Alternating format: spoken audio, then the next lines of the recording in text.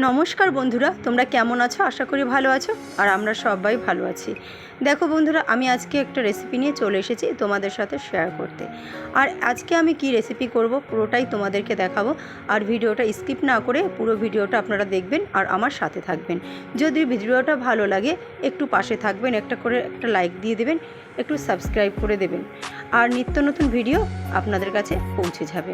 তো চলুন বন্ধুরা, আমি কি রেসিপি বানাবো সেটা তোমাদের সাথে সম্পূর্ণ বলে দিই। আর এখানে আমি নিয়ে নিয়েছি কিছু পরিমাণ আলু কুচিয়ে নিয়েছি, এখানে রয়েছে ভোলা মাছ কেটে নিয়েছি, আর এখানে কটা শিং মাছ রয়েছে, 2-3 টুকরো শিং মাছ রয়েছে, আর 1 পিস কই মাছ রয়েছে। আর আজকে আমি বানাবো হচ্ছে মাছ পাতুরি। তাহলে মাছ পাতুরি বানানোর জন্য বন্ধুরা এখানে আমি কিছু পরিমাণ হলুদের গুঁড়ো দিয়ে দিলাম। এই মাছগুলো আলুগুলোর সাথে আমি ভালো করে মিশিয়ে নেব। তারপরে আমি দিয়ে দেব একটু নুন। আপনাদের মাছ বুঝে আর মশলাগুলো দেবেন আপনারা। আমি দিয়ে দিলাম এখন কিন্তু নুন।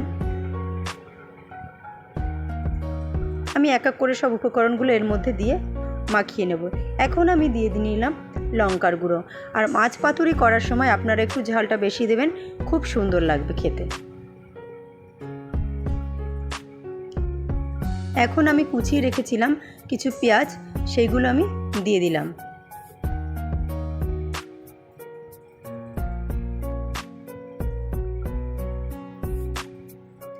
আর এখন আমি দিয়ে দেব, এখানে আমি সাদা সর্ষে পেস্ট করে রেখেছি, আর এখানে অল্প একটু রসুন থেতু করে নিয়েছি। এগুলো এখন আমি এর মধ্যে দিয়ে দেব। আপনারা চাইলে কালো সর্ষেও দিতে পারেন, আমার কাছে যেহেতু সাদা সর্ষে ছিল আমি তার জন্য সাদা সর্ষে দিয়েছি। আর এখানে কুচিয়ে নিয়েছিলাম ধনেপাতা, সেই ধনেপাতা কুচিটা দিয়ে দেব।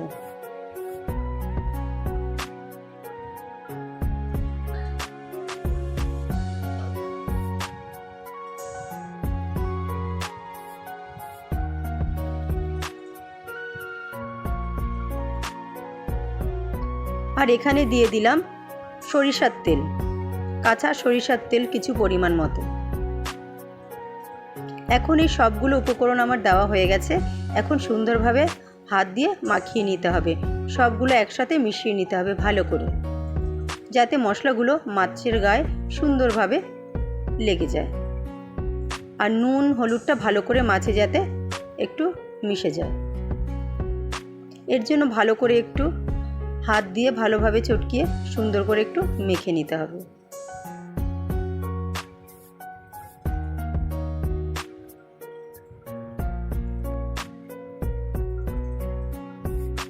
আমার এখানে মাখা হয়ে গেছে। এখন আমি রান্নার জন্য এটাকে বসিয়ে দেব। তো বন্ধুরা দেখো, আমি তার আগে একটা কলা পাতা নিয়ে নিয়েছি। এই কলা পাতাটা ধুয়ে নিয়েছি আমি। আর এই কলা পাতাটার মধ্যে একটু কাঁচা তেল দিয়ে দেবো, সর্ষের তেল।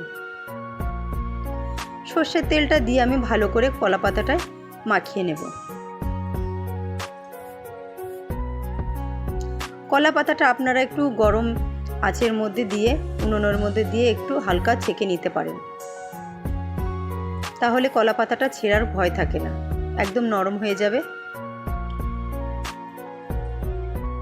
আমি এখানে তাওয়া বসিয়ে দিয়েছি, তাওয়াটা আমার গরম হয়ে গেছে। এখন এই তাওয়ার মধ্যে আমি কলা পাতাটা আগে দিয়ে দেব। তাওয়াটা যেহেতু গরম ছিল, আমার কলা পাতাটা আস্তে নরম হয়ে যাবে।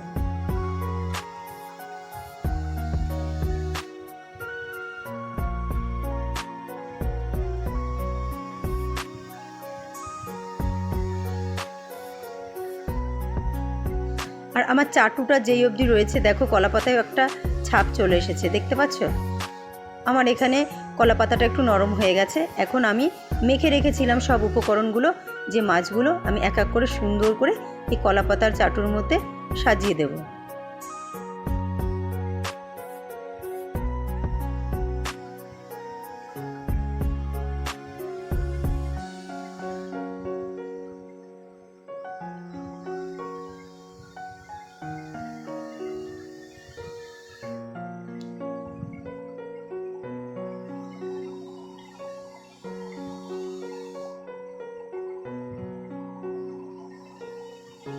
আপনারা বাড়িতে এভাবে কলা পাতায় মাছ ভাজা করে খেয়ে দেখবেন, খুবই সুন্দর লাগে খেতে। একটু ঝালের পরিমাণটা বেশি দেবেন। মাছ পাতুরি করলে একটু ঝালের পরিমাণটা বেশি দিলে খেতে আরও স্বাদ লাগবে। এখানে কিন্তু আমার মাছগুলো দেওয়া হয়ে গেছে গুছিয়ে। এখন যে মাছের সাথে আমি আলুগুলো কুচিয়ে যে মেখে নিয়েছি সেইগুলো এখন মাছের উপরে দিয়ে দেব। আর এই পাতুরিটা কিন্তু ভাজার সময় একদম কম জালে ভাজতে হয়। ওই একভাবে যে জালটা দেবেন একদম কম আঁচ, সেভাবেই আস্তে আস্তে করে আপনারা ভাজবেন। আর আমি আলু যে চটকিয়েছিলাম সেই জলটুকু বেরিয়েছিল আলু থেকে, এখানে কোনো আমি এক্সট্রা জল দিইনি, আপনারা দেবেন না জল, এই জলটাই আমি এর মধ্যে দিয়ে দিলাম।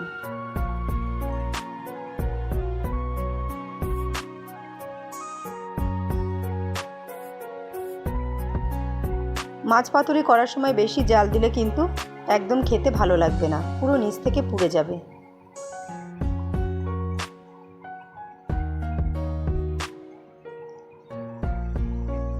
আমার কিন্তু সব কিছু দিয়ে দেওয়া হয়ে গেছে এখানে। এখন আস্তে আস্তে করে আমি ভেজে নেব।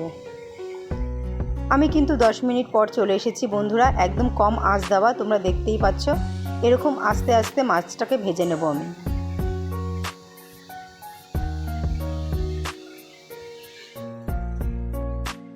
আবারও কিছুক্ষণ পর আমি চলে এসেছি। দেখো বন্ধুরা, আগের তুলনায় কিন্তু ঝোলটা অনেকটা টেনে গেছে। আর একদম জল দেবেন না আপনারা, তাহলে কিন্তু একদম ভালো লাগবে না। যেমন এখানে পেঁয়াজটা রয়েছে, আর আমি কিন্তু এখানে কলা পাতাটা মুড়ে দিয়েছিলাম যাতে ঝোলটা বাইরে না পড়ে যায়। আর এখানে আমার নিচের অংশটা ভাজা হয়ে গেছে, আমি তাই নামিয়ে নিলাম। আর এখন উপরের অংশটা বাকি রয়েছে আমার ভেজে নিতে, তাই আমি একটা প্লেটের উপরে নামিয়ে নিয়ে এখন এর উপরে এই কলা পাতা রয়েছে, আরও 2 টুকরো কলা পাতা একসাথে করে নিয়ে ভালো করে ধুয়ে নিয়েছিলাম। এখন এই কলা পাতাটার মধ্যে আবারও তেল মাখিয়ে নিতে হবে। আমার কিন্তু তেল মাখিয়ে নেওয়া হয়ে গেছে। এখন ওই যে মাছ ভাজাটার উপরে আমি কলা পাতাটা দিয়ে দেব। আর এর উপরে দিয়ে দিলাম একটা থালা বা প্লেটও দিতে পারেন। এখন আমি নিচের প্লেটটা আর উপরে থালাটা ধরে চেপে উল্টিয়ে দিলাম। দেখো বন্ধুরা, নিচের পাতাটা কিন্তু কত সুন্দর পুড়ে গেছে। আর এই দেখো আমার নিচের মাছ ভাজা অংশটুকু দেখো কত সুন্দর হয়েছে। আপনারা এভাবেই উল্টাবেন, তাহলে খুব ভালো হবে। এখন আমি উপরে যে অংশটা নিচে চলে গেছে ওটা আমি এখন দিয়ে দিলাম আবার চাটুর উপরে। নিচের অংশটা এখন ভালোভাবে ওরকম আস্তে জাল দিয়েই আমি সুন্দর করে ভেজে নেব।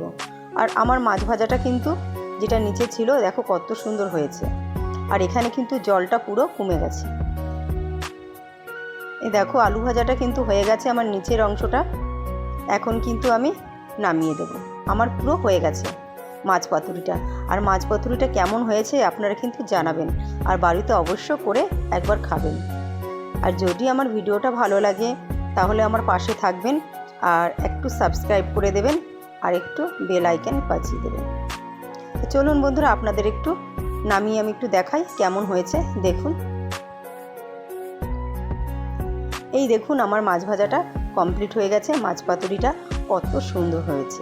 আর এই দেখুন মাছের উপরের অংশটাও দেখুন কত সুন্দর, দারুণ লাগে খেতে, একদম অসাধারণ লাগে। আপনারা বাড়িতে এভাবে বানিয়ে খাবেন, আশা করি খুবই সুন্দর লাগবে। আর এই দেখুন যেটা আমি পরে উল্টিয়ে দিয়েছিলাম, এই দেখুন আলু ভাজাটা কত সুন্দর হয়েছে।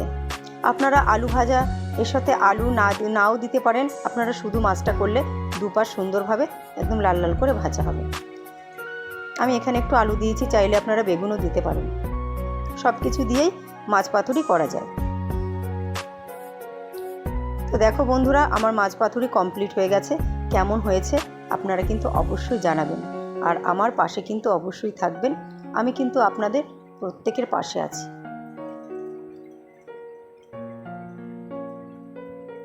আর দেখুন কত সুন্দর, একদম নরম আর হয়ে গেছে, ভিতরটা একদম পুরো সেদ্ধ হয়ে গেছে।